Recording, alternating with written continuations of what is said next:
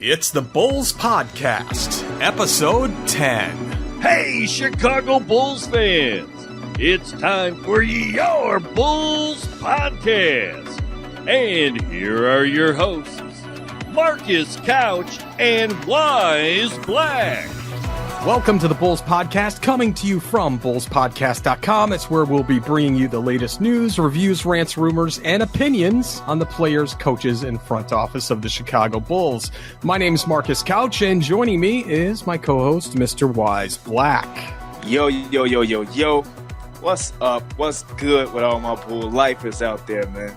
Hey, yo, so I can't tell you how happy I am right now, not only because of, the NBA season being underway, but also my favorite season, my favorite time of year is here in fall. And I love all of the holiday, the holiday atmosphere and all of that. So I'm just a kid in the candy store right now, man. My spirits are high and I'm ready. Let's do it. All right. And we'd like to welcome this week's special guest. He's the host of the Bulls Gold podcast, Edward Shuler. Now, like us, his show is relatively new with about 13 episodes released so far. So it's definitely one that you want to pay attention to and make it a habit to subscribe and listen every single week. So Edward and his co-host, Salim Sudarwala, focus on the past, present, and future of the iconic Chicago Bulls franchise with weekly discussions, game recaps, and segments. Edward, welcome to the show. Hey, what's going on, guys? This is great. It's a pleasure doing this. Glad to be doing this. Really excited for the regular season and just ready to talk some more Bulls basketball. So are we. And we got a lot in store for you this episode, including a full Bulls Media Day summary. We've got a preview of the preseason and what to look for. And we're going to go over the make it or break it season for a number of different players on the roster. So we're going to discuss who we feel may be on the bubble kind of early this season. And we get to play soap opera once again and discuss the latest developments with Jimmy Butler and the Minnesota Timberwolves. And we've got some iTunes reviews from you, the listener. And we'll get started with all that right after this. Bulls fans, remember to follow the show on social media at Bulls Podcast and at bullspodcast.com. Okay, let's talk about Bulls Media Day. Boy, what a fun event that was. That was, to me, bigger than the Super Bowl, the opening of the Chicago Bulls season. And we've got a number of quotes here that we're going to talk about, and then we're going to react to each one, and we're going to make this kind of a two-parter type of a thing. I was enamored from the start when John Paxson and Gar Forman began and kicked off Media Day. John Paxson started off giving an assessment of the summer and the season to come. He said, I said earlier this summer that after we went to the draft and through free agency that we were pleased in terms of where we were with the rebuild. And he said, with that said, we also understand that we have a lot of work to do. There's an excitement in the group, but you're not going to hear us talk about wins or anything like that. The expectations for us are to see this team come together. Our goal is to be the best basketball team we can be, and that's through this group coming together. We have the talent, and I believe that how it comes together, how we play, everything will be determined with what kind of win total we end up with, but we're not going to focus on that. And I thought that was pretty cool, kind of setting the tone for it. Other questions that kind of came up, obviously one of the first things that one of the reporters asked was about Jimmy Butler and the situation. John Paxson basically said it's none of their concern, right? Mm-hmm. They're not concerned about that. They're concerned about the Bulls, not the Timberwolves drama. And he was kind of pressed on the issue by somebody else, and he didn't take the bait at all. He just said it's never about vindication over the trade or anything like that. We did exactly what we thought was the right thing for the organization last year to rebuild. We walked out that night and we were very comfortable, and we're comfortable right now too. They just sort of briefly hashed over Bobby Portis and the contract extension, and apparently they're in active talks with Bobby's agent right now, and they're hoping to get that wrapped up soon. Now, I think this is great news for Bulls fans if a deal can get done. According to Gar Forman, they're working on this right now. He basically said, we'll continue those conversations up to the deadline. We value Bobby. We look at Bobby as part of our core, and he's continued to improve each year. All of us up here love the energy that he plays with, the work ethic he has, what he brings to the practice floor and game floor, and that's why we've been having these conversations. Now, Wise, I'm sure you saw all of this. What was your take of kind of the front office presentation of the Bulls Media Day? I thought it was pretty typical of them. First and foremost, to deflect when they were asked about the whole Jimmy Butler drama with the Timberwolves and all that. But I felt like they were very positive on their takes with the team. And I think that they actually have really good reason to be. I think this is the first year that Fred Hoiberg, that they actually put the right team around Fred Hoiberg. And I think that they are actually confident in what this team will do come next season. And just looking at everything that's been going on in with this past summer, with the summer and everything like that, and with the players seeming like they're developing the right way, and Jabari Parker coming to the team and really getting himself involved with a lot of the players and coaches early on before the training camp even started. I really like the direction of where things look to be going. So I thought that they handled the press conference fairly well, and I can't knock them this time. Yeah, Edward, did you have any takes on what you saw from Gar Forman and John Paxson? I felt like this year it was a little different than past years. If you think about it, every year in Media Day, there's been something going on, whether it's been, questions about what's going on between Derrick Rose and Jimmy Butler. There was a year where Derrick Rose was trying to get a max contract, and he was asking about that. The year they fired Thibodeau, and it was Hoiberg's first year. The Jimmy Butler trade stuff that happened last year. I mean, there's always been something going on, but this year was different because it was it was interesting, but otherwise it was just really vanilla. It was a really vanilla media day with not a whole lot going on. So, because of that, I think that's where John Paxson and Gar Forman flourished the most, is when there is nothing going on. It's status quo, cliche questions. It's, it's stuff about the basketball team. And, from that standpoint, I felt like they were just in control when they were up there in the press conference. So, in that standpoint, Media Day just had a very refreshing feel for it. Like, it was just very refreshingly normal to, have nothing going on. Everything is about the team.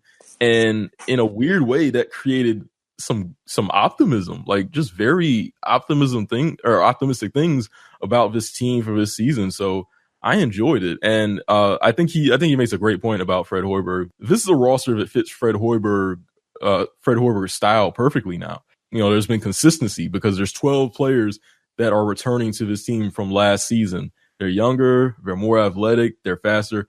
They should be able to play his style of basketball now. So, all the attention now is on basketball, which I think that was a great theme from Media Day.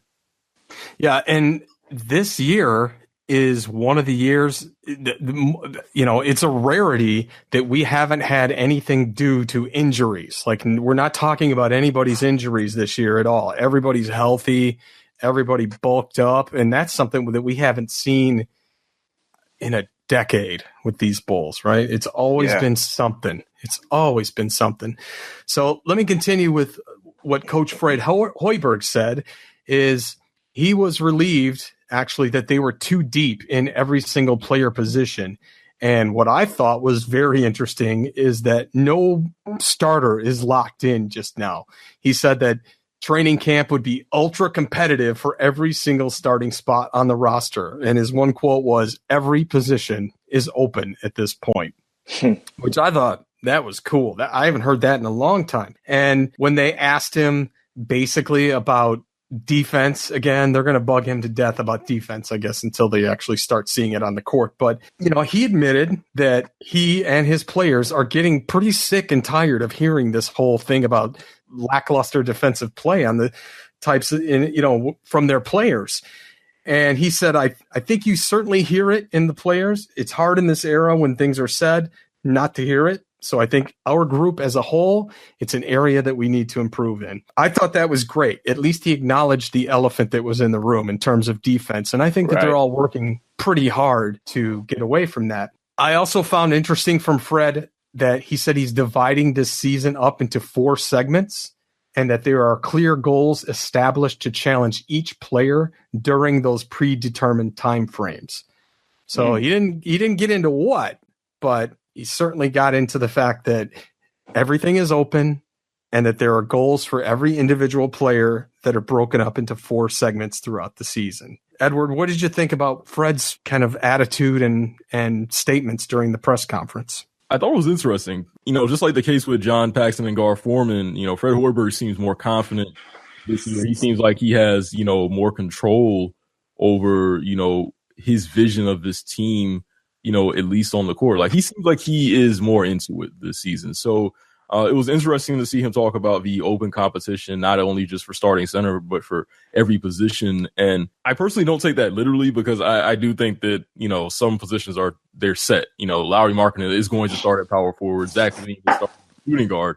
But it's good to hear him talk about it, because, you want to get the competitive juices going. You want this young team to go at each other in practice. Like, you want that, that fiery attitude installed in such a really young team that, most don't peg this team as a playoff team. So it's like you want them to kind of play with a chip on their shoulder. You want them to play like they belong. So I like these comments from Fred Hoiberg. They're very inspiring. It seems like he's more into it. It seems like they're responding to him. And again, this is a team that fits Hoiberg, style perfectly almost. Like this, everything about this group right now is what Hoiberg probably should have had when he came to Chicago initially. So, now that we're in year 4, it's good to see him have it and kind of, have a little bit more confidence, a little bit more pep in his step.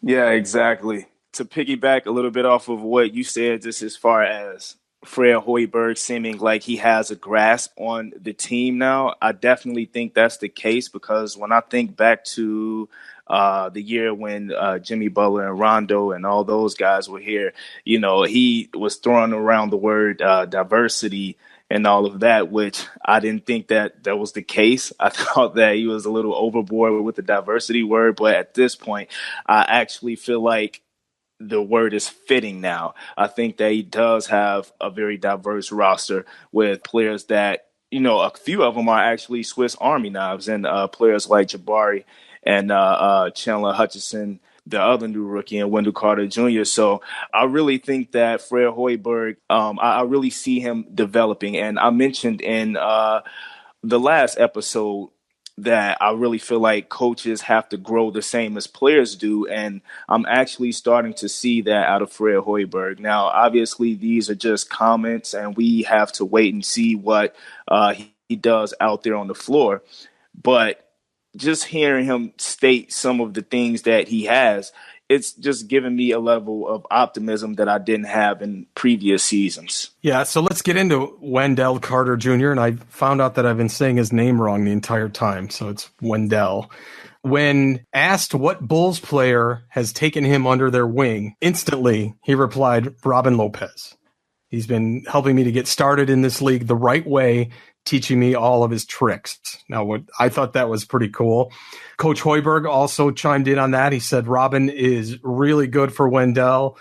The fact that he is going into his 11th year, he's a 30-year-old consummate professional and is a great fit to teach Wendell what it's all about to be a professional. And Wendell apparently is not backing down at all. He's going out there and playing physical already in training camp. He's made some unbelievable plays at the rim defensively. And Fred really feels good about that position going into the season. When Chuck Swirsky interviewed him on this Facebook Live interview, Wendell said he doesn't care if he has to come off the bench or starting or whatever it is. He said, I don't even care if I'm playing 3 minutes a game or staying on the bench the entire time rooting for the team. He said he's ready to give 110% to make sure that the team is always in a position to win, which I thought was great.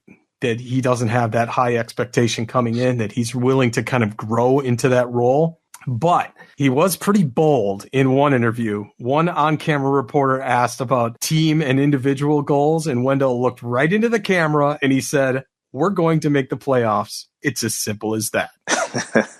I really enjoy it. I really love the optimism. I love the confidence that he's bringing to this Chicago Bulls team. And I hear Wendell saying that, if he has to only come off the bench and play 3 minutes a night and everything like that, he's just being PC. Right. Like I know that he's gonna want to get out there and show what he can do on the floor, but I understand where he's coming from. He's just the ultimate team player, and that's one of the things that I really love about Wendell Carter. I don't think he's gonna be one of those players that cares too much about his stats. I don't think he's gonna care about putting up points and blocks, rebounds, all of that. Can't wait to see him get on the floor. I really wish that I was a fly on the wall in some of the practices that they're having, and especially in this training camp coming up. But I love him, man. I love everything about Wendell Carter Jr. I'd buy stock in him if I could. He's Wendell Carter Jr. is just what you want as a future starting center. He's what you want in a teammate. He's what you want in a center.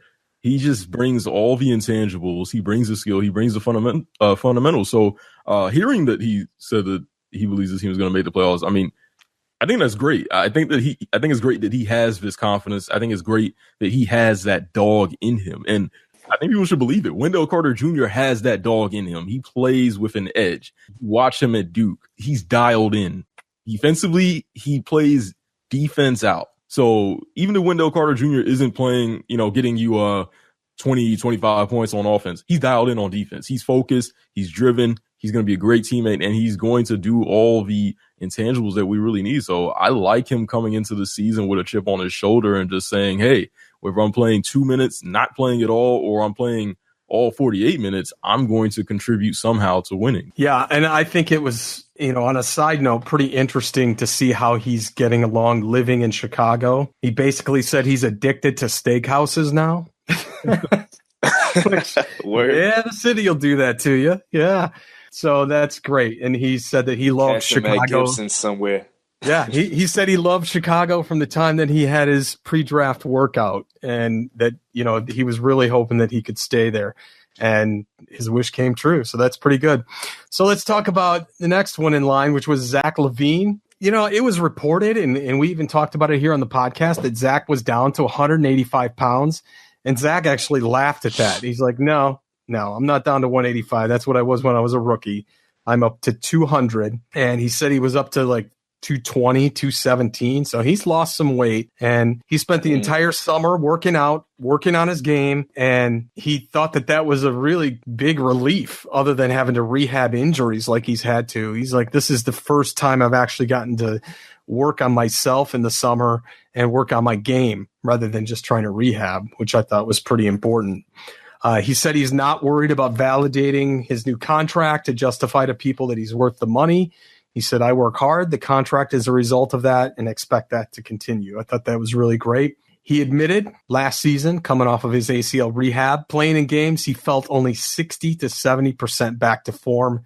And right now he says he's absolutely 100% when you compare right now to last season, which was pretty cool. When asked about defense, Zach firmly admitted that he does need work in a few areas. He kind of clapped back a little bit on some of that. He said, hey, I'm great off the ball. You can go look at and see any defensive play I made last year off the ball. But he also conceded that weak side defense is something that he's really working hard to improve upon, and that he's taken to studying that a lot more. He was asked, okay, everybody in the summer usually comes back with this summer story of what they worked on during the summer. And he said, well, I've just been working on elevating my overall consistency. He got his leg strength and stamina back. He's worked all summer, kind of working up and down the court.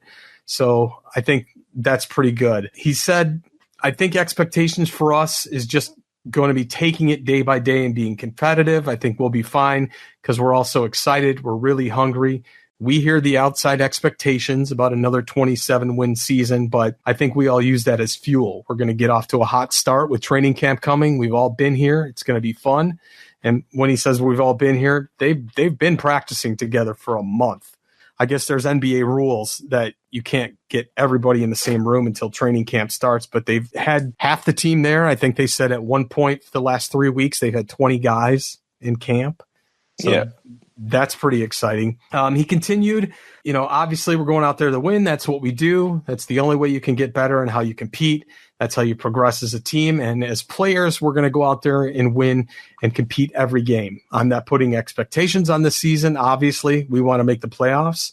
We want to compete for championships. So that's what we're going to start with starting tomorrow, is building those championship habits. I thought that was a great quote as far as where they are now and what they want to get to be. So the fundamentals and the habits is really what they're starting with. Wise, what'd you get out of Zach LaVine in his talk? Well, the first thing I noticed was him stating that he got down to 200 pounds. So That's basically indicating that he was 217 last season when he was playing. Like, I wonder if that's the case, but like, because he didn't look like it at all to me. I don't remember seeing a 210 plus pound Zach LaVine. Like, he looked really slim to me. But anyway, if that is the case, then nice. Because I really expect big things from Zach LaVine come this next season, or the season coming up. And I really like everything that he said. Zach LaVine is very, very good with words, and he's always been really good with the media. It's just a thing of really getting out there and showing it on the court. I've seen a lot of videos that he's been uploading on social media and everything like that. You can tell he's really putting in the work and in the weight room, really getting up shots, focusing on his conditioning and everything like that. And I'm also really happy that he doesn't have to worry about rehabbing, and he just really got the chance to focus on his game. Also, I thought that he really hit on something that is very pivotal to his improvement, which is consistency. That's something that I really want to see out of Zach LaVine come next season, because, he's one of those guys that likes to get his shots. He likes to put up a lot of shots, and I would really love to see that field goal percentage go up. I think last season it was around 38, 39%. So I would really love to see that go up a few notches. I think he actually got the chance to improve upon that this past summer. So I'm really looking forward to seeing what he can do on the court this coming season, and especially him talking about having, championship aspirations and all that. I really love that talk. So I just hope that we see much of the same on the floor next season. I liked everything Zach said. That was kind of the common theme of Media Day. A lot of the players were saying the right things. They were all very self-aware of their flaws coming into the season. Zach talked about his defense and how he needs to get better off the ball, how he needs to, pay attention a little bit more, because he does get caught ball watching a lot. It was interesting when he talked about his weight loss, because I agree, he didn't look like a 220 last season, but if he did lose weight, it's apparently helping his game, because Casey Johnson tweeted something, I think, a few days ago, where he said that LaVine has looked really explosive in scrimmages, and, he's getting some good reviews so far. So, if that's going to help LaVine's game overall, I'm all for it. My big thing with LaVine this season is going to be the question of whether or not he can create value for himself on the floor without scoring. And I think he's been really reliant on his offensive talent during his first 4 seasons, but we're going to have to see a little bit more defensively. We're going to have to see a little bit more in terms of taking better shots, and we're going to have to see a little bit more in terms of just what you can do without, being on the ball. So can LaVine do that next season is a big question. And, Fred Hoiberg kind of hinted at this in his press conference, but he said that a lot of these players are going to have to sacrifice this season, because there are a lot of scorers on his team. You got Jabari Parker, you got Zach LaVine, you got Lauri Markkanen. Chris Dunn is the point guard. He'll have the ball in his hands a lot. So the question now will be, can you handle some nights where you're not going to get, 16 or 17 shots per game, but can you handle those nights well, where you'll be able to do something where maybe you're only getting 8 or 9 shots, maybe you get just 10 shots, and can you maximize that? Can you do well defensively within that? So I liked a lot of what Zach said. It seems like he kind of gets it. It seems like he's willing to step up and, be a good leader for his team. And it doesn't seem like he's going to let, these contracts or his contract, take over his mindset during the season. Yeah. You know what I like that I didn't hear out of Zach LaVine? I'm going to just play my game. Right? Where we are. Right. Yeah. Didn't he say that last season? Yeah, he did not say. That's what Jimmy said when he came to Minnesota, and that's the kind of Jimmy also said that when Dwayne Wade and Rondo came to town. And I'm glad that he didn't say that, and nobody else said that either, which I thought was pretty great. The one thing I found that was really funny that Zach did was right before the press conference started, he was talking to a few reporters, and he's like, yeah, I play PlayStation and all that, and if you want to play me or anybody else wants to play me, just find me online. Me and my girlfriend both play anybody. I thought that was kind of fun, So be careful, all you 2K19 players out there. You might be playing Zach himself if you're not careful. So let's go to Jabari Parker. The common word that I heard throughout from Jabari was chemistry. That's the thing he's working on. He said he firmly appreciated the 3 weeks before training camp that the team privately worked out together. He said that they've already learned a lot about each other and each other's individual playing styles. He was asked a question about Dunn, Levine, and Markkanen, how they had such a little playing time together last year. And he said that's actually a blessing in disguise because now that Jabari's in the mix, it allows the team to gel as a cohesive unit together rather than just trying to plug one guy into an existing system. So the young core already has a really tight friendship. I guess they've done a lot of stuff off the court as well together, and they spend a lot of time together in the gym and out in public. And he also reaffirmed his commitment to giving back to a lot of Chicago-based charities and things throughout this coming season.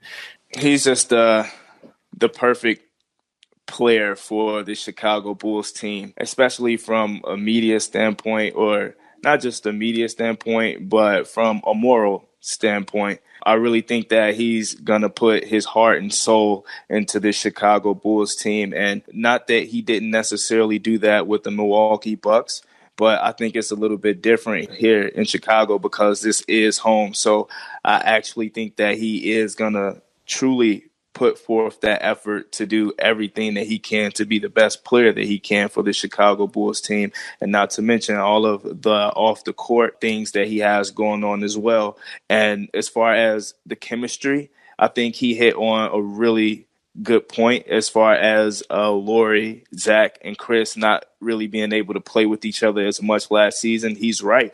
They will be able to get acclimated with one another all at the same time, basically, because of that. And I think that that'll really bode well for Jabari because he won't feel like the odd man out, He's going to come in, and I think he's going to be very open to learning this Fred Hoiberg system, and he gets to actually do it with some players who pretty much will be doing the same thing, They all will have to learn each other's games and really develop that cohesiveness, and Jabari seems like he's just very open to doing so. So, I really look forward to it, and I think that they're really going to relish together. Yeah, and the thing that, to me, I think he's one of the most chill Bulls players we've had in a long time. I mean, he's got the chillness of a 10-year vet, right? And I know he's already got that personality to him, but Edward, did you get that kind of sense that he's got that sort of chill, sly confidence about him? And I think it's really going to be a special year for Jabari Parker. Absolutely. One of the things that I said about Jabari from Media Day is that I barely really noticed that he was there, and it was just, he kind of just blended in with everything. Like, if you would have told someone who hasn't paid attention to the scene that Jabari Parker is in his first year with the Bulls, I don't think they really would have noticed it from Media Day at all. He blended in, he said the right things, and, there seems to be a little bit of chemistry building within that core of Parker, Markkanen, Levine, and Dunn, and Carter. So, I was very impressed with what I saw from Parker, very impressed with what I heard from Parker. And I'm hoping that, he does big things for his team.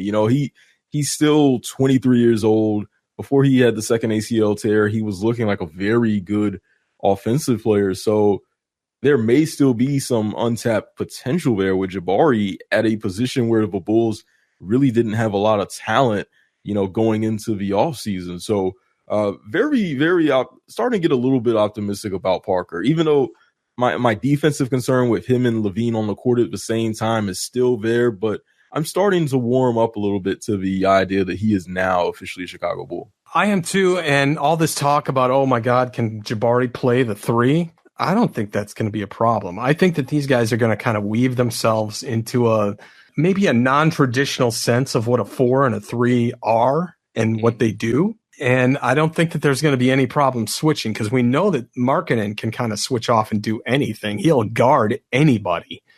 So I don't get that sense that we're really going to be in the peril that everybody predicted in terms of Jabari being a 3.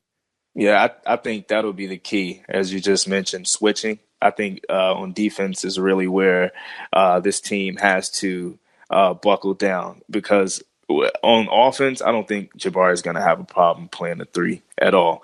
But I think the defense is what everyone is concerned about, and that's really going to be based on the coaches and how well they get these players to learn the art of defense, especially players like Jabari and Zach. But they say that they're working on that, so we shall see, right?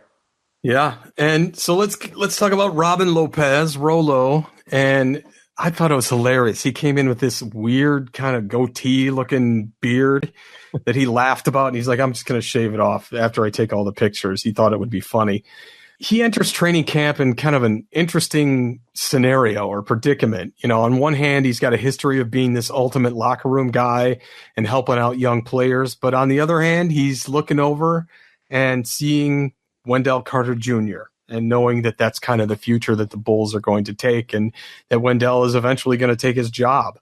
So where is that going? You know, and which Lopez did first round pick Wendell Carter Jr. encounter as the Bulls officially started camp? Did they encounter the guy that was going to fight for the job, or somebody that's going to mentor him? And Wendell said basically a little of both. Anytime we're on the court, he's coming right at me. But I feel like that's the only way I can get better. If he comes out just trying to teach me without going hard every single play, then I'm not really going to learn. He said, I feel like I learn more from the players than the coaches, and you learn a lot more from the entire teammates than the coaches or assistant coaches anyway. Here's the thing. Here's where I'm at with this.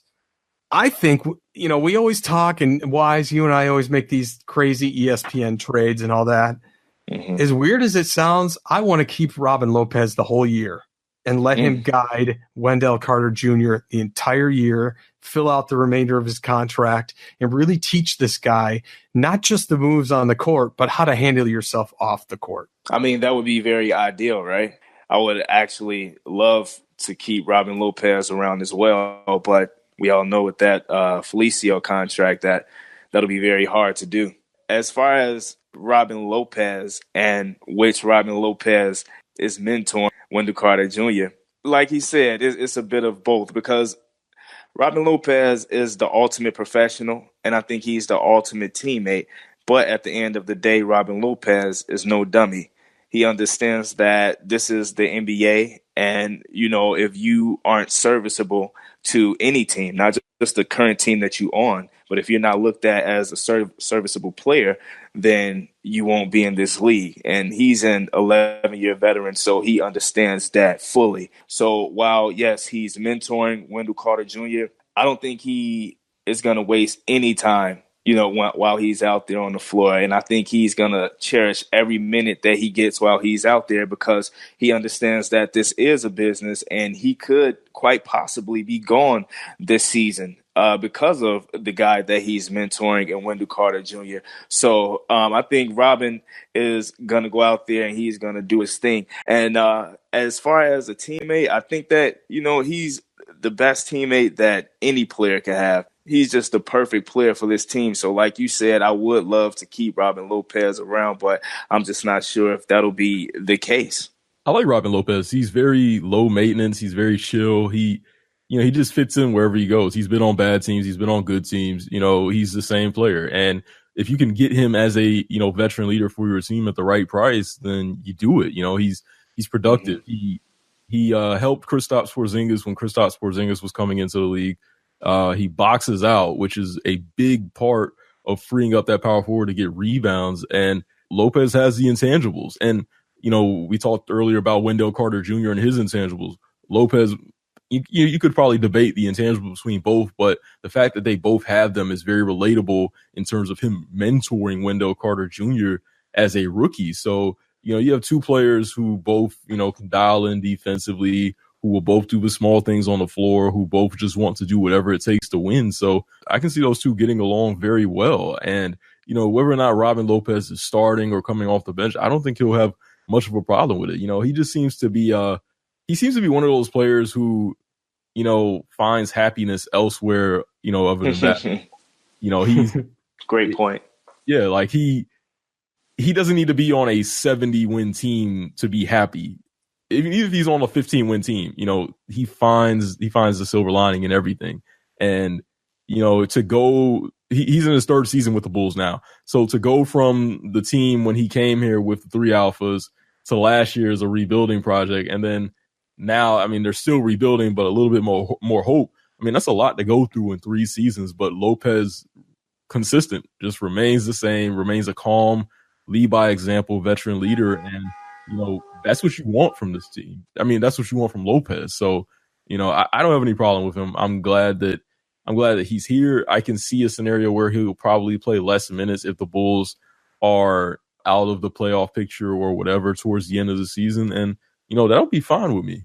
It's funny because, and I can't wait till Sunday's game, because to me, I want to see, okay, if Rolo can actually be in the second unit eventually, I want to see what that second unit looks like. Like, can we have this incredible 1-2 punch of guys coming off the bench and really trying to keep a lead or establish a lead or fight back or whatever it happens to be in terms of the game situation. But pretty interesting nonetheless. So we're going to take a quick pause in this discussion. We're going to be right back after this short break and talk more about Media Day, what the players had to say, and our reaction to it right after this. All right, Bulls fans, remember we are a new show and we do need your support in social media. We made it really easy to find us with some special redirect links. If you want to find us, go to bullspodcast.com/social, or you can go to bullspodcast.com/Twitter, bullspodcast.com/Facebook for our Facebook group. You can find our YouTube channel, bullspodcast.com/YouTube, or Instagram is bullspodcast.com/Instagram. Help us out and spread the word about the show. All right, we're back, and let's talk about BP, Mr. Primetime. Bobby Portis, he addressed the Nico situation one last time, and he's vowed to never do it again. He said at the end of last season, he insisted that he was going to go on the Players Tribune website during the summer and tell his side of the story regarding that practice altercation between him and Mirotic last training camp. But then he said, I decided not to do it. He wanted to just focus on the future, just focus on himself. He said, me and my family, I hung out a lot with them. The two of them, it was a blast. My little brother's growing up. I wasn't really worried about anybody else but myself and bettering myself. I've been focused on the season and locked into having a good year, not only for myself, but the whole organization. Now, interesting timing, because Portis and Mirotic are actually going to see each other again on Sunday when the preseason starts, when the Bulls host the Pelicans in their preseason opener at the United Center. The two have never really spoken away from the court after that infamous punch, and that's really not likely to change.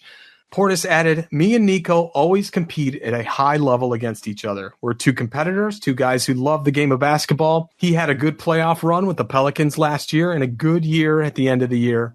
I was happy for him and what he said. It'll be fun to compete against him Sunday, and at the same time, we're trying to build our chemistry here and get ready from the opener. I thought that was pretty classy in terms of how he handled the entire situation, and he kind of put that chapter to bed, right? So, you know, he didn't look so doe-eyed like he did when he made the infamous apology. He actually has had some time to think about it and his impact, and knows that, you know, he's pretty much past it at this point. Some things that I thought was pretty interesting, some notable quotes from Bobby. He said, I know my role is to come off the bench and provide energy, bring passion to the game, get the crowd involved, and score, which is exactly right. That's exactly his role. Apparently, he spent a lot of the summer working out and sleeping, because he said, I spent a lot of this summer, 6 or 7 hours a night sleeping. He said he gained some weight and strength in the offseason. He ended up last season at 246. He's now 259, so he put on 13 pounds there. And according to him, his body fat actually went down from 10.4% to 8.6%. So he's leaned out. In terms of the pending contract extension, Bobby said, I'm not worried about that part right now. He's just hungry to get playing again and bring the intensity back to the floor. Edward, what'd you get out of Bobby Portis? I think it's interesting that he went up to 260 pounds at 6'10". That's kind of it's a big boy right there at 6'10", 260, especially at power forward. I usually kind of stray away from, criticizing, athletes when they're, gaining or losing weight, because at the end of the day, these are some of the best, strength and conditioning coaches that you'll find in the country. But yeah, a little surprising there because, Bobby, I think at the 4, you'd probably want more of a quickness advantage than, to be, that high up. So that jumped out to me. But overall, I still think that Bobby Portis is a valuable part of his team, especially coming off the bench. Last season, I believe he averaged about 20 points, 10 rebounds, and close to 3 assists per 36 minutes. So, he's very productive. And one of the things that he did last year that was, most impressive to me was that his volume went up. So he took more shots. He did more of everything. His usage rate was up, but he didn't lose any efficiency.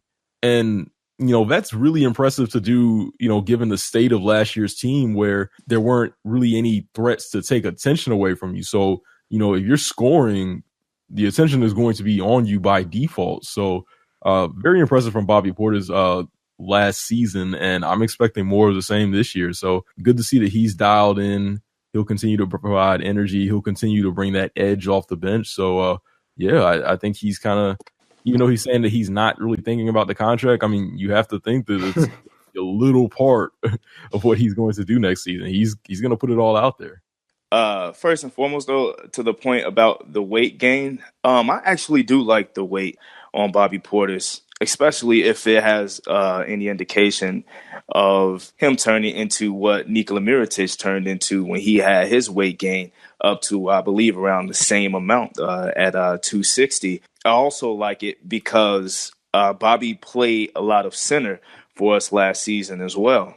And I think that it'll definitely bode well for him, being a bit bigger, playing that position. So, I actually like the weight, and Bobby Portis, if you ask me, I saw him get bullied a lot on defense last season as well. So I'm pretty sure that was his reasoning for wanting to bulk up more and improve his strength for the defensive end of the floor, if nothing else. But also, I like that Bobby Portis is taking the high road with this whole Niko Mirotic incident. I really like that he didn't go and give his commentary over at the Players Tribune, just because it would have kept him in that whole realm of, the idea of him and Nikola Mirotic. It would have kept them stuck together, which I'm pretty sure he wants to remove himself from that situation now. It's a year old, and he has become a better player after it. And it seems like it was really a blessing in disguise. And Bobby Portis actually got probably what he wanted out of it. He doesn't necessarily have to compete as much anymore for that position with Mirotic being gone, or at least he didn't last year. Also, Bobby Portis, he's just the ultimate role player. I really love him coming off of our bench.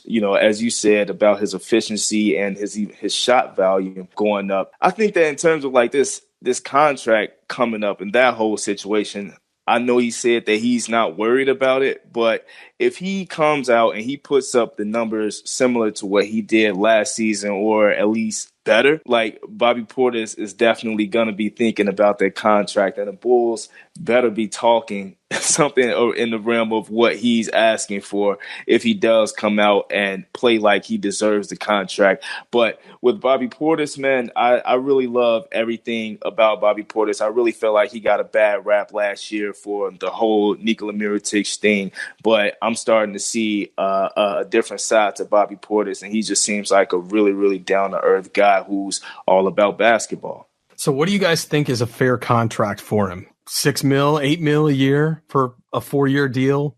Too much? He tied for first in guys that are playing less than 23 minutes a game. He got 13.2 points a game. What number is fair to get Bobby? Just for purposes of free agency next year, I think Bobby Portis's cap hold next year is like $7.3 million. So given that, I think the Bulls are negotiating around that number. So, that works in the case that if you don't get a contract done, you just still have that cap hold. If you do get a contract done, it's around the same salary, so it doesn't really hurt you any. So you kind of want to offer a contract. It's probably going to be a low ball because that's what the Bulls do with the primary offer, but I'm guessing it'd be somewhere around 4 years, $32 million. And for historical purposes, if we look back at past Bulls teams, John Paxson does kind of have a tendency to keep Bulls bench players, especially the sixth man. Andreas Nocioni was extended, I believe, 5 years, $33 million many years ago. Taj Gibson, we know he was extended 4 years, $33 million. There is a chance that Portis returns, and I think it would be somewhere around that salary. And one of the things that I find most interesting is 538 has a system that kind of looks at player probability and what players can, kind of develop into in the future. And it kind of gives, comparable cases to past players. So when I looked at that, it had Bobby Portis's top two comparables as Carlos Villanueva and Kelly Olynyk of the Miami Heat.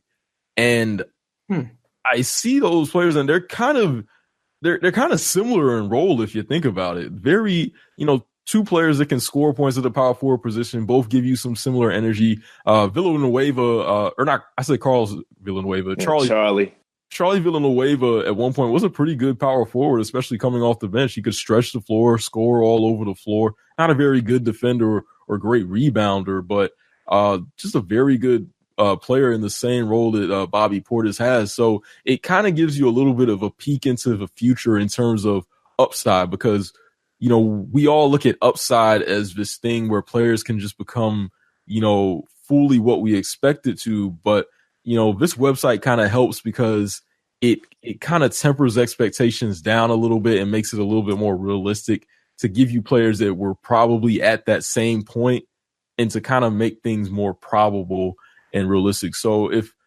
I'm looking at those two players, I know Kelly Olynyk got 4 years, $50 million. Maybe a team that, has the cap space could offer something around that. But if I'm the Bulls, I'm trying to make sure that whatever contract I do offer Portis, if I'm intent on keeping him around, is a deal that can be traded very easily and will not hamper you, because we don't want another situation like Felicio where, the deal just becomes dead cap, or we don't want a situation like Zhang in Minnesota where he's making like $14-15 million a year to just be a sixth man and not really even playing that much. So we want to make sure that Bobby Portis is still very, very clearly an asset to the Bulls if he signs a new deal. I think it's all predicated on how well Bobby comes in and plays this coming season. 6 to 8 million, that's in the same range. Well, at least 8 million, that's the same salary that Felicio is being paid right now. And he is well under being a productive player. And I think that Bobby Portis would probably compare himself to Felicio if the Bulls did try to throw a contract at him for that sum. So I really think that Bobby Portis is going to come next season, and I think he's going to try to win over the Chicago Bulls for a contract more so in the range of like $12 million a year. I could see it being like 10 to 12 million a year. And obviously that wouldn't necessarily be a team friendly deal for us, but I mean, Bobby Portis, I'm pretty sure he could care less about the deal that they gave Felicio, because that's the only reason why we wouldn't be able to pay Bobby Portis in the realm of 10 to 12 million a year because of the Felicio deal. But as I said, I'm pretty sure Portis feels like that's not on him. And I think if Bobby can come into next season and capitalize on, this newly found weight gain and on more of what he did last season. Hopefully he can garner more minutes out there if he's actually putting in the work, and if he's like doing his thing in training camp. I could see him really being the main backup for Lauri Markkanen. And if he comes and he shows out and he really puts up the numbers, the Bulls will definitely be in a hard space. You know, they will definitely feel like they have to pay him if he comes out and he plays like the sixth man of the year. Like, what do we do in that situation if Bobby Portis comes out and he's putting up 15 points, 7-8 rebounds coming off of the bench with a nice efficiency rating? The Bulls will be hard pressed not to pay that man, even with the Felicio contract. So I don't know. I think they'll be in a tough space, but like I said, it's all based on how Bobby comes out and plays this season. Yeah, and I welcome that. I hope that he does put up those kinds of numbers again, because that would definitely get us into the playoffs with the rest of the rotation that we got. So let's talk about Chris Dunn. He bulked up a little bit over the summer as well, and he had a little bit of outrage and kind of clapped back to all his critics that questioned his work ethic over the summer. He said he spent a majority of his offseason in the gym, both pickup games and in the weight room.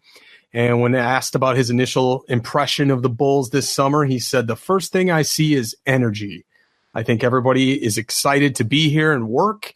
Everybody's here to improve, and the chemistry is looking good." There's that chemistry word again that we keep seeing as far as a common word amongst all these players. He said his personal goal for the season is to be more vocal as he runs the offense, both on and off the court. And he said that he kind of compares his role to the quarterback. You know, he's got to be the quarterback of the team, and he's got to call the plays out, call the defensive schemes and all the rest of it. So that was really, really great to see that. I went on a little Chris Dunn spree over the last week, and I watched 10 full Bulls games of Chris Dunn. You know, it's funny when you go back in hindsight and you're not kind of rooting for the team at the time. You're just kind of looking from an analysis standpoint and watching these games. Dunn to Markkanen is the most lethal combo that we've got. And it was a consistent theme throughout every game that the Bulls actually really dominated last season. When Chris and Lauri were both communicating on the court, and I rewound it a couple times and took a look at it and could see the hand signals, the head signals, those kinds of things. When they were doing that, they both had a killer game. I went back and watched the video that somebody mixed together of Lauri becoming the fastest rookie in NBA history to go and make 100 3-pointers, so 300 points. And 80% of the time, it came from a Chris Dunn pass. Every time that Lauri had just this wide open three, it was either Chris Dunn driving and kicking it back out, or just this unbelievable cross-court heave that he would do from one corner to the other. I think if Dunn elevates his point guard role even further this season, we could actually see Lauri making a bigger step than we all think he could. What do you guys think? No, definitely. And I saw that a lot as well last season meaning the chemistry between Lauri and Chris. I thought that they were the best pairing on the floor, actually, out of all of the players on the Bulls team last season. He and Chris they hooked up on so many really nice looking baskets to where I was like, all right, man, I love these two put together. Even with Chris, you know, I didn't even know that he bulked up. Like you said that he bulked up some. I didn't know that. I think that'll definitely be a positive for him coming in to next season, especially on the defensive end, which he's already stellar at. But even Chris Dunn, you know, talking about being more of a vocal leader, and because he's the quarterback of the Chicago Bulls team, like I really like seeing him take charge of, you know, this point guard position and really taking over this team as he should, because he is the point guard and he's the one who's going to run the offense. So I really want to see him like just really out there calling the plays, calling the shots, making sure guys are where they're supposed to be, making sure guys aren't lacking on the defensive end. You know, I just want to see him just take on that leadership role, because I actually think he has the fundamentals and the talent to do so. I feel like Chris Dunn is one of the top 5 players talent-wise on the Chicago Bulls team, and being the point guard just makes that all the better. So I really don't think that he's out of his realm stating that he is a leader on this team. And I also remember him stating that he feels like he's the best defender that we have on this team.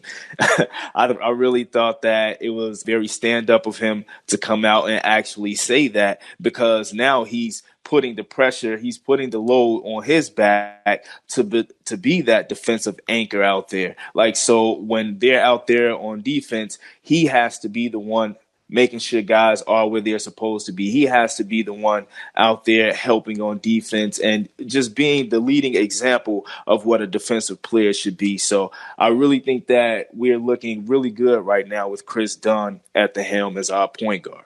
I think what Dunn said is great to hear. And, again, one of the common themes here is that everybody is self-aware. Everybody understands their role. And Chris Dunn understands that his role on this team is to be the quarterback. His role on this team is to get everybody involved. So Dunn is probably going to be that one player who is going to sacrifice the most in terms of just points per game. There might be a lot of nights where Dunn is just kind of hovering around 8, 9, 10, 11, 12 points per game. But if Dunn can become, an 8, maybe like an 8 assists per game player, give you like 4 or 5 rebounds, give you a couple steals, I think that's very valuable. The keys for him are going to be not turning the ball over and continuing to push pace. That's what inspired Fred Hoiberg to really kind of give him the keys to the team last year.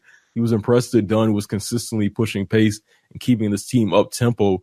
And he's got to continue to do that because the Bulls definitely want to run. We heard John Paxson and Gar Forman talk about it as well. They're fully expecting to be an up-tempo team. So great to hear that Dunn is dialed in on defense.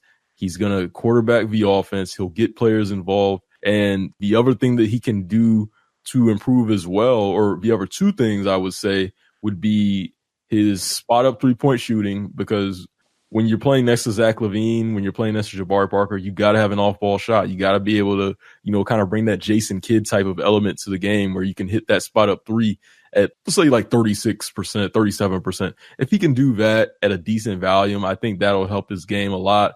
And finishing at the rim, because Dunn can get to the rim when he wants. He's very athletic, very explosive, very quick. But the problem he had last year was that when he, the process of getting there is great. He looks good doing it, but the results just were very, very mixed, just very out of control at the rim. I'd like to see just like more skill, more finesse at the rim. And, if he can improve his finishing in addition to that spot up 3-point shooting, I think we have a point guard here that we could see, really being here for a while. Yeah. So let's talk about the big guy, Lauri Markkanen. Gained 17 pounds of muscle, and now he's up to 240. He said he feels a lot stronger, has a lot more stamina to run up and down the court. He's taken the summer off and decided not to play with Finland. He concentrated his health and building up his strength, and the result is that he's a lot bigger and a lot quicker. He feels like he's much faster on the floor, which is a scary as hell thought. Asked about the birth of his new son, he said, "I've got a lot to play for now, a lot more to play for now, and it's brought a new perspective on his life and what he does in the off time." Last week we saw this kind of funny Thursday picture that he put out there, Throwback Thursday, where he was wearing his, it was a draft day of last year, and he was kind of wearing his Timberwolves hat, and he was behind a Timberwolves logo. And he just said, "Oh, it was just a throwback picture," but he kind of was laughing while he said it.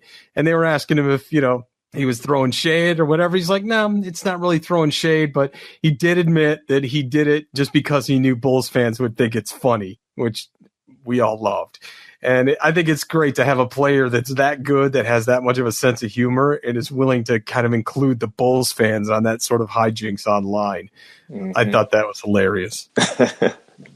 We actually all got in on it on Instagram. Like, I had a ball when I saw that pic. Yeah, with Lauri, man, he just really seems like he's coming into his own. He really seems like a veteran to me at this point already. He's very comfortable. He has no fear. Like, he seems like he's ready for this NBA season just as much as anybody. And plus, like, I really just love his dedication to the game, man. Like seeing him put on this weight, and now we actually know the exact number, which is 17 pounds, from 223 to 240, is it? Yeah. So, man, Lloyd definitely did his thing this past season, and I'm really hoping that Lloyd Marketing, or actually, tell you the truth, I wouldn't be surprised if Lloyd Marketing, depending on how well Fred Hoiberg can get, him touches, and, Lloyd Marketing actually doing his thing on the defensive end with this newfound weight that he has, I wouldn't be surprised if Lloyd Marketing was in the running as one of those all-stars in the East. Because I really think that Lloyd Marketing has the skills, the ability to actually garner some all-star votes. He's already a fan favorite, and plus he has the entire country of Finland. You know what I'm saying? He has Finland behind him, man. So Lloyd, like, he is just like, he's the young OG on this team. If you ask me, like, because he's just here, and he just seems like he doesn't have any worries, man. So I really can't wait to see what Lloyd comes in and does next season. I really hope that he can build upon those stats that he had. I think it was around 15 points per game and 7 rebounds. I think if he can boost the points to around 20 points per game and, get around like 10 boards, I think that we're looking at like a very, very solid point guard, all-star, not point guard, power forward of our future. And, man, I'm just really enjoying watching this kid play. Lowry is the big key for this rebuild to really, really take off, because he's a very unique talent. 7-footer, above average athleticism, solid defender, very good mechanics on his 3-point shot, can score anywhere on the floor. Got a little bit of a handle too, can put the ball on the floor and get they half to the rim as well. So Lowry Markkanen is special. And that seems to be the consensus around the league when you listen to other teams' announcers, when you listen to the ESPN, TNT announcers. He's got game. And if this team really, really, really wants to take that next step, they have to put Lowry Markkanen in the best position to succeed. And that's probably why we heard those rumors in the offseason about how they really want to tailor this offense around his skill set. He gained this weight, and it's going to really help him in the low post, because when we look at last season, one of the things that stood out to me when I watched Markkanen was that when he got the ball in the post, a number of things happened. He wasn't as decisive. He took a little while to really get into his action, and he could be pushed off his base by smaller and lighter players. So he has to develop those instincts, and he has to develop that skill. But most importantly, he had to develop that core strength. He had to develop some more leg strength, and I think it looks like he's done that. So, very encouraging to see, because while the low post game is gradually becoming, less of a important thing for offenses to really be elite, it still remains the one X factor when you have a big man playing against small lineups. If you can punish those small defenders, you'll force them to make a choice. You can't put 6'5", 6'7" guys on me if I'm just going to bully them down low and get any points that I want and, just shoot over them each and every time. And, Markkanen, with his high release, his mechanics, he shows the potential to do that. So again, if the Bulls are really going to go somewhere, it's got to be because they're strapped to Lowry Markkanen, and he's really taken off. As a whole, I cannot remember another Bulls season, at least in the last decade, where so many guys showed up to training camp in incredible shape. Like, I don't remember ever this many guys bulking up. Ever. Me neither. Yeah. So real quick, just to round out the rest of the guys, Chandler Hutchinson, he looks good. He said that basically, he might be the true X factor in terms of the Bulls roster. And he's been working on his shot selection, including trying to perfect jump shots from all around the court. Important skill to have here in the NBA. He also noted that he's learning every position on the floor within Fred's playbook so that he can step in and sort of be that Swiss Army knife that we talk about and fill in the gaps at any position he's asked to perform in. I thought that was pretty good. And I think Chandler's going to be a really nice addition to this team. Antonio Blakeney, who's my dark horse favorite on this team, He had a brief interview with Chuck Swirsky. He talked about how much work he put in over the summer, talked about most of the time that he spent in terms of with another player this year was with Zach LaVine, and that they had some pretty intense games. He was asked basically, hey, who got the better of who? And he's like, yeah, well, I think it was pretty even. So to hear that from Antonio Blakeney, that he thinks he's pretty even with Zach LaVine, that's pretty cool. And he said he relishes that moniker of instant offense, and he wants to make good on that promise throughout the year that when he comes off the bench, he's going to be the instant offense. So I don't know, Wise, this could be the David Nwaba replacement that we've been looking for in Antonio Blakeney. Yeah, I surely hope so. I definitely hope so, because David Nwaba was my guy. But with Antonio Blakeney, I really think, like he said, he relishes the instant offense tag. I really expect him to come in and just fill it up. Antonio Blakeney, looking at what he did when he was with the G League team, what did he average? Something like 32 points per game. That's just insane. It wasn't even close. Yeah, man. Like, I understand that's not NBA competition, but man, he's still out there hooping against guys that play basketball and at a pretty nice level. And I don't know, I just think that with Antonio Blakeney, if he is used the right way, I think that he can really be an X factor on this team. I think that he can be the sneaky X factor on this team for when we really, really need a bucket and the offense is struggling or something like that. He may end up finding himself a role coming off of the bench with the second unit, maybe taking one of the other players' spots. I don't want to say any names, but we probably could see something like that happening, because I think that Antonio Blakeney, he has superb focus, man, especially after not being drafted out of LSU and, just having to grind his way into the NBA.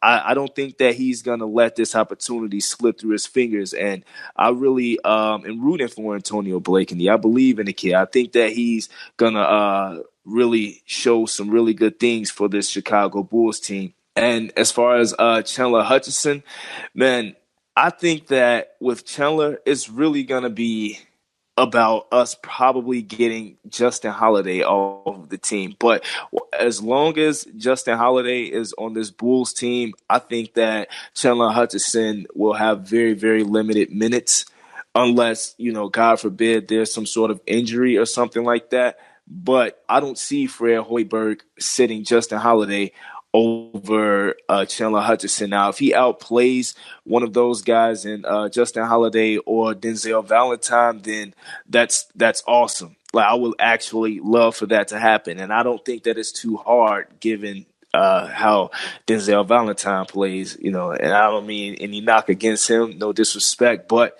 I just think that the position is wide open with Denzel Valentine being his competition. But in Justin Holiday, I think that he is the constant veteran who what you're going to get from.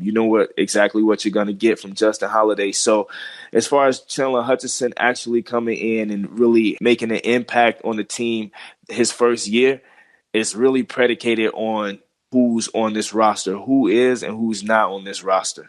It'll be interesting to see, which one of them carves out a role, because as you mentioned, Justin Holiday is probably going to be the backup small forward or shooting guard, whichever one. So if I had to guess right now, I think Chandler Hutchison and Antonio Blakeney are going to be eased in a little bit, because, even though it was Summer League, Hutchison, he looked like he wasn't really comfortable yet. I'm not sure how he's looked in training camp yet, but there were times where he looked like he was kind of like, a little hesitant, just kind of gradually picking his spots a little bit. So it'll be interesting to see if they do bring him along slowly.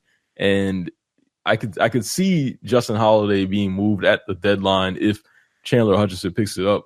As far as Antonio Blakeney goes, I think he has a little bit more of an uphill battle behind Valentine and Payne. Payne, not anything special, but Blakeney, not really a point guard. So, he's more of a two. And if he's going to be a two, he's probably going to have to compete directly with Denzel Valentine, who, while not the bucket getter of it, Blakeney is, but, Valentine plays better team defense. He can handle the ball better. and, just a smarter player with better overall instincts. So I'm a little less confident of his role, but I'm interested to see what he does if he does get the minutes. I mean, I know he'll go out there and get some points, but I'm interested to see if his defense is improved and he's a little bit more focused on that end as well. Absolutely. Yeah, we've had a great discussion here about Media Day so far, and I'm really looking forward to Sunday's game. I think that's going to be a huge thing. Hey, before we break for the next section, I want to tell everybody we do have a little bit of Bulls housekeeping here as far as the Bulls podcast goes. Remember, we do have a new phone number. I want your reactions out there of how you think the season's going to go. So make sure you give us a call at 312-626-5401. We're going to put everybody on the show as far as when you leave us a message. Let us know what you think the new season's going to be like and what your expectations are. Young Bulls, as we described previously in other shows, we want to start this monthly Young Bulls segment during the season where we want to have 2 teens join us on the podcast to talk about the Bulls. So if there's any parents interested out there that have your youngsters featured on the show, and if they're interested in sports broadcasting, just go to bullspodcast.com/youngbulls, fill out that form. And I mentioned before, bulls.fm, that's the place where you're going to see all kinds of cool stuff with all the Bulls podcasts that are out there. You've got ours, you've got Edward Show, Bulls Gold, you've got Bulls HQ, Chicago Bullseye, Ball on Bulls, Bulls Beat, Big Red Bus. We got a lot of stuff there. All the shows are automatically updated, so the site's always going to be 100% current. I'm working on the Roku channel for the stream and hope that gets launched before the season starts so you can enjoy all the best Bulls podcasts wherever you happen to be at any time. So make sure you check out bulls.fm. We're going to take a break and come back with more on the podcast. All right, we're back real quick. Let's check in on the drama up in Minnesota. The latest situation in this is that Jimmy wants to be traded to the Miami Heat. I don't think that's right. We need to keep him out of the East. Karl Anthony Towns just signed a monster 5-year deal worth $190 million. So I think Jimmy got his answer there, followed by Wiggins re-signing for a massive deal as well for multi-years. The thing that I thought was funny is that Tibbs in the press stated that they're not going to be making a bad deal for a Butler trade. I thought that was really ironic because of what a stupid, ironic, bad deal they already made. Well, it looked good at the time, right? It did. It really did. So I don't know, man. I don't know what to think of this whole thing. Yeah, no, definitely. I don't know. This whole fiasco with Jimmy Butler and Tom Thibodeau, it just it has the NBA looking like, because I don't know, one of those reality TV shows or something like that. But I mean, this is pretty much what many NBA teams have come to expect when they deal with Jimmy Butler. I don't know, like, I'm trying to understand Jimmy a little bit more because I'm looking at it like, he's feeling like he's on a different level now. And Jimmy Butler is looking around and he's seeing a lot of these all-star players, superstar players teaming up and winning championships together. And I think that he feels like, he's getting the short end of the stick by playing with non-hungry but talented young guys. And I feel like he understands that, he's on the clock. Jimmy Butler is close to 30 years old at this point in his career. So he understands that there's a timetable for his NBA career. And I think that's the reason why he probably wants to go somewhere that he can maybe lure some other veteran all-stars to come and play with him. And I think he also wants a coach that maybe can understand him, and not to mention, you can't forget that Jimmy Butler is a businessman too, and I think he wants his money. I think he wants to go somewhere that has like a large market or something like that. But I think with Jimmy, I don't know, he really just needs to just find a home for himself, and I think that's probably what he's doing with Miami, which is ironic because I could have sworn when he was with the Chicago Bulls, he said that he would never wear a Miami Heat jersey. But it's looking like he's changing his tune at this point. But I don't know, with this whole Jimmy fiasco, man, I don't know what to say about it anymore. I just hope that he gets traded to a team that he wants to go to so we can pretty much dead this. It's just fun to watch Jimmy Butler when his actions don't negatively affect your team. So, right, exactly. Like, I've become even more of a fan of this. Like when the news came out that Butler wanted to go to the Clippers, I was all for it. I'm like, I want to see Hollywood Butler. You know, I want to see Jimmy Butler and Iggy Azalea. Like, I want to see all of that. I'm a Jimmy Butler reality show. So if it's not going to be in Hollywood and it's going to be in South Beach instead, I'm here for it. I'm here for Jimmy Butler going to every Miami club. I'm here for all of the South Beach Jimmy Butler drama. So if it's Miami Heat, I think it'll be great. I think Dwayne Wade is, you know, probably nudging him a little bit. Like, you know, come with me. You know, Pat Riley's here, Eric Spoelstra's here. We have structure. We have consistency. You know, we've won championships before. Like, you can do this. You can be the man. You can have South Beach. You know, you can be my successor. And I think that means a lot to Jimmy Butler. So I don't think they're going to get out the East with that team. But, you know, I think it would be interesting, depending on who you keep, if you somehow keep Goran Dragic and have Jimmy Butler. I'm not sure if Hassan Whiteside would stay in that scenario as well. But, you know, you have Kelly Olynyk as well. I think it'd be, a good team, maybe a top 4, top 5 team in the Eastern Conference. Jimmy Butler does make teams better, so it would help a lot. But the main thing that I really want to see basketball-wise is, you know, how is Jimmy Butler's leadership? Is that ever going to mature? Because the one thing that's been consistent, and it's worrisome because the past 3 years, Jimmy Butler has been on 3 completely different situations for 2 teams.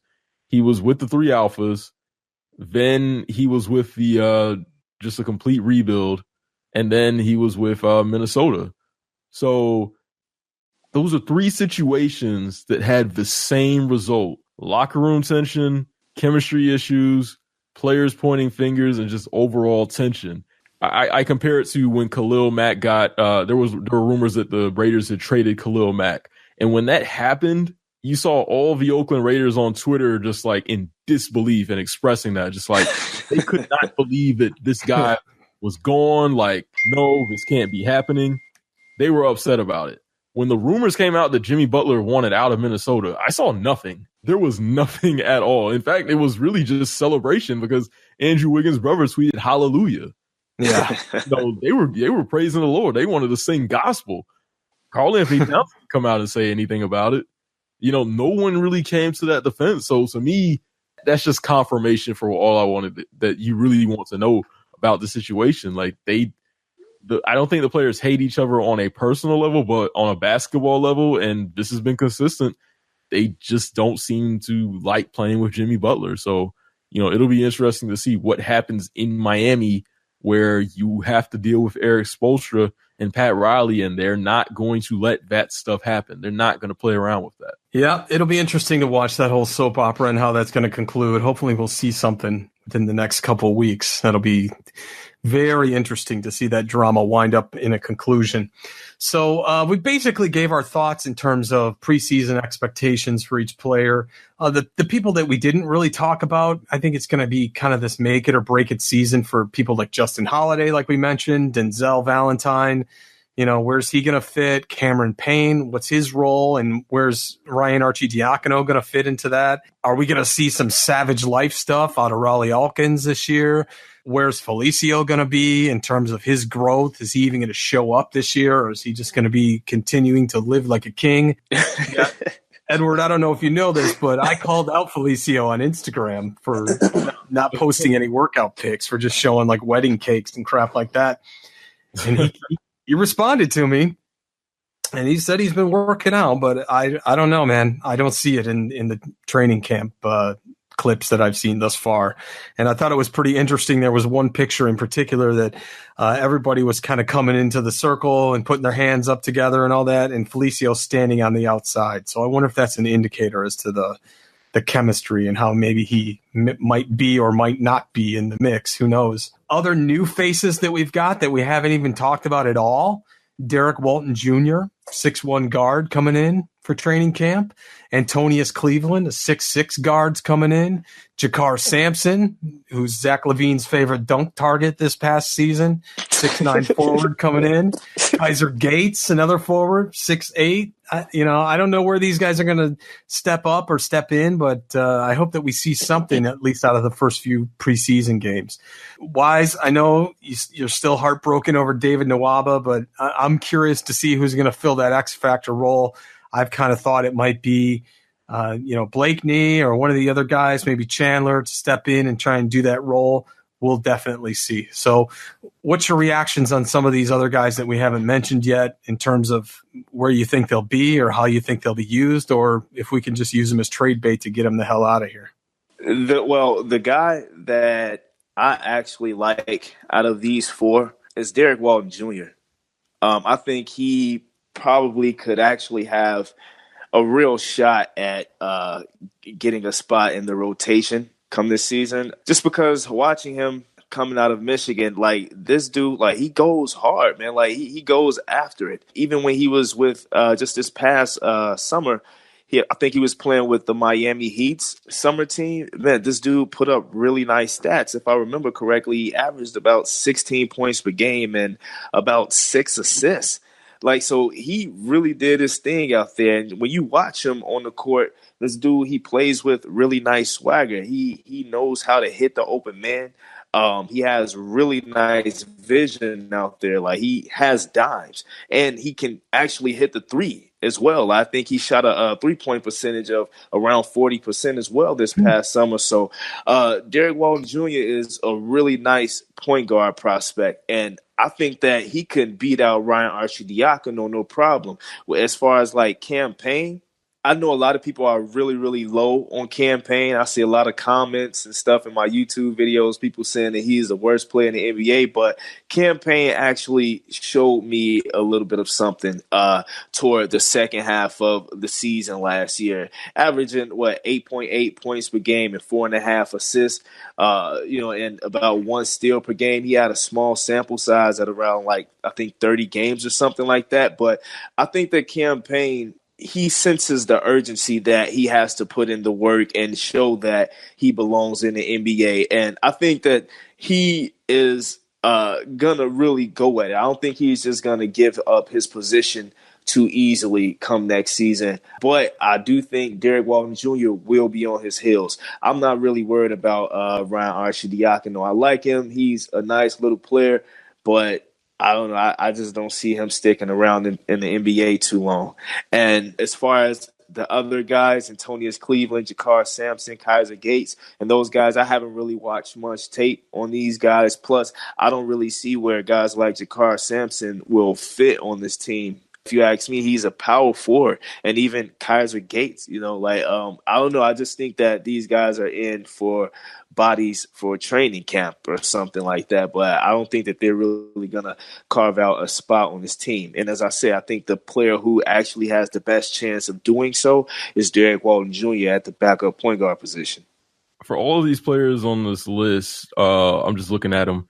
Denzel Valentine is the player that I like the most. I touched on him a little bit earlier, and I just think, again, just a very smart team defender, can make the threes. He fits in, at either backcourt spot, can play a little bit small forward. Ryan Arcidiacono, not a very good player at all, but somehow he keeps sticking around. It seems like he's just he's got a fan somewhere in Bulls management. They like what he brings, in terms of knowing his role, getting players involved, kind of, being that coach on the floor for a lot of these inexperienced lineups. But I want to go back to Justin Holiday. I know that this is a full-on youth movement, but I still think it's interesting that Justin Holiday, outside of Nikola Mirotic last year, Justin Holiday is the Bulls' returning leader in ESPN's Real Plus or Minus, which usually measures, how well a player is impacting the game. And Holiday is kind of easy to see because even though he's not really spectacular or anything, he can defend well. He can make an open three, defends multiple positions, and he's on an affordable salary. So to me, when you look at Holiday, not only is trade bait, I think there surely will be some interest in him around the trade deadline, but if the Bulls are in a situation where this team is ahead of schedule and they're winning games, I think it'll be interesting to see if they do stick with Justin Holiday, assuming he's a part of those things, because realistically, we don't have a perimeter defender right now at the 2-3 who's a really, really good defender. Valentine, yeah, he can, defend in the team concept. You wouldn't really want to leave him on an island, but Justin Holiday can play solid man-to-man defense there, and he can do it with more versatility. And in the same breath as Robin Lopez, he's just a very good veteran to have on the team. Very low maintenance, understands his role, wants to lead by example. So I'm not sure if it's a make it or break it season for Justin Holiday, but right. I think it's I think we could look at Justin Holiday in the sense of, okay, if Chandler Hutchinson is not ready to really be a consistent contributor for his team, and I think we need to realize, that's okay if he's not, because we look back in the past, hey, Jimmy Butler wasn't a consistent contributor as a rookie, and he turned out fine. So right. Not everyone is Butler, but hey, if Chandler Hutchinson is going to take time, that's cool. Justin Holiday can step in. He'll know his role. He'll know what to do. So, and that can benefit the team. I certainly don't think the team is worse with Justin Holiday in it. I know he's not a part of the youth movement, but I think he can still provide some value for his team on the floor. That's true. And if not, he's a good trade target. Yeah. But all you GMs that are listening out there, you got to take Felicio with them. Sorry. That's the deal. We wish. We wish, though. Man, we have had such a huge discussion today about all the Bulls players. It's been a pretty amazing show here. So let's end it out real quick. I got a couple of iTunes reviews to talk about. Once again, if you leave an iTunes review, we're going to read it out on the show here just to show our appreciation. I'll do the first one here. It's titled True Bulls Fans Should Subscribe. It's by Steve-O Callahan. He says, love the Bulls content from these guys. Listening to every episode out here in Okinawa, Japan. 28 games, Vegas? Really? Glad they put their money where their mouth is. Go Bulls. Pretty awesome. Wise, you want to take this next one? This review is by ALJR6. 5 stars, he says. I'm so pumped for the season to start, and my opinion is that the Bulls will be getting that 6th seed in the Eastern Conference. Wow. And I believe the big three of Laurie, Zach, and Jabari will lead the way. The Bulls will be looking at least 43 games. Keep up the good work, guys. Man, that's some good reviews there. We appreciate that. Remember, those reviews do help, and they have been helping us in terms of the rankings, so keep it up. You guys are doing good out there. Let's close it out here. I want to say thanks again to Edward for coming on to the show, spending some time today with us on episode 10. You can find his show at bullsgold.podbean.com. We'll have a link to that in our show notes as well. And as I mentioned, we're happy to include Edward and Bulls Gold as a part of our Bulls FM project. So you can find the show and all the episodes there.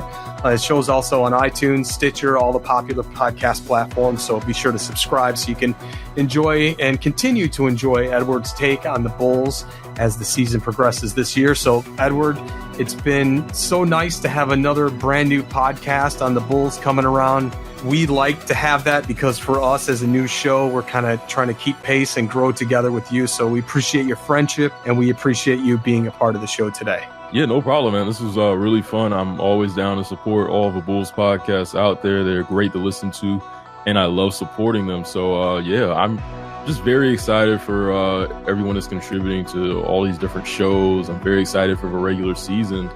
I just want to keep giving a shout out to the people that are listening and supporting all these shows. Just some very talented people, very good fans out there for the Chicago Bulls fan base. So it's good to see some unity out there. And let's hope for a really good regular season. Absolutely. Hey, remember to subscribe to our show. You can go to bullspodcast.com/subscribe to get all the links to where we are. We are on iTunes and Apple Podcasts, so we do want you to subscribe there. Give us those 5-star reviews and your feedback, as you just heard. Just like in today's show, we're going to read them out, so get yours in now to be on the next show. Next week, we're going to have Diana from Dem Bulls, which is a new YouTube channel where she covers the Bulls on a regular basis. She's got a really good take on everything, so it's going to be a really great show that you don't want to miss. Wise, closing thoughts, my man? I really had really great fun today on this episode. I want to thank Edward for coming on with us. I really had a blast, and I can't wait to check out your podcast as well, man. You really know your stuff. And I'm just really excited when I can get together with, a like-minded Bulls fan like myself and really chop it up to talk about my favorite team. So this was a really, really awesome episode. And the mantra, go Bulls, man. All right. Until then, thank you so much for listening, everybody. Please spread the word. The season's about to start, so this is where the listenership is really going to start to blow up. So we appreciate you sticking around. Go Bulls. Go Bulls.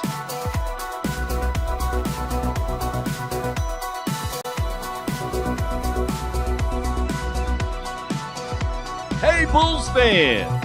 This is your Bulls championship announcer, Ray Clay, saying, so long, everybody. Go Bulls!